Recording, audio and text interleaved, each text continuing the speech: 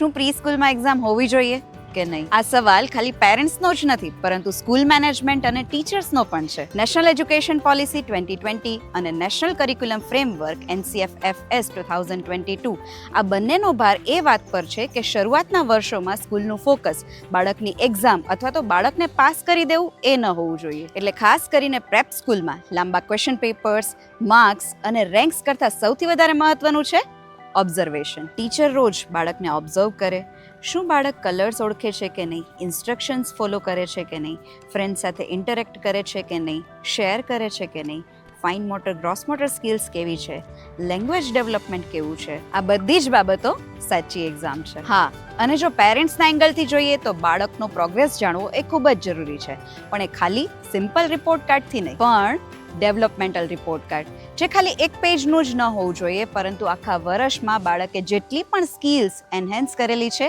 એ બધું જ દર્શાવતું હોવું જોઈએ. તો હવે યાદ રાખજો, 21st સેન્ચુરી એજ્યુકેશન આપણને એક વાત તો શીખવે છે, વોટ અ ચાઇલ્ડ નોઝ કરતાં what a child can do એ વધારે મહત્વનું છે. તો હવે તમારું શું માનવું છે કમેન્ટ બોક્સમાં જણાવો.